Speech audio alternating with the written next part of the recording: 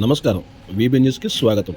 రాజ్యాంగ నిర్మాత, Bharat Ratna doctor BR Ambedkar జయంతి సందర్భంగా Krishna milk union chairman Chalasani Anjaneyulu వారి స్వగ్రామం బాపులపాడు మండలం కాకులపాడు గ్రామంలో ఆ మహనీయుని విగ్రహానికి ఘన నివాళులు అర్పించారు.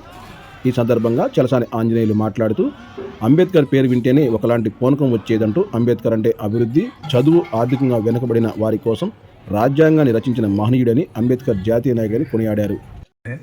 ఆయనలో అంబేద్కర్ పేరు చెప్పంగానే ఒక ఒక ఇది వచ్చేది, పూనకం వచ్చినట్టు.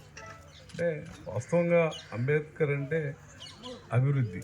అంబేద్కర్ అంటే ఎవరైతే వెనకబాటుతనం ఉందో, అంటే విద్య లేక చదువుకుంటే ఎవరైనా సరే సాల్యూట్ కొట్టాల్సిందే. చదువును మించింది ఈ ప్రపంచంలో ఏం లేదు.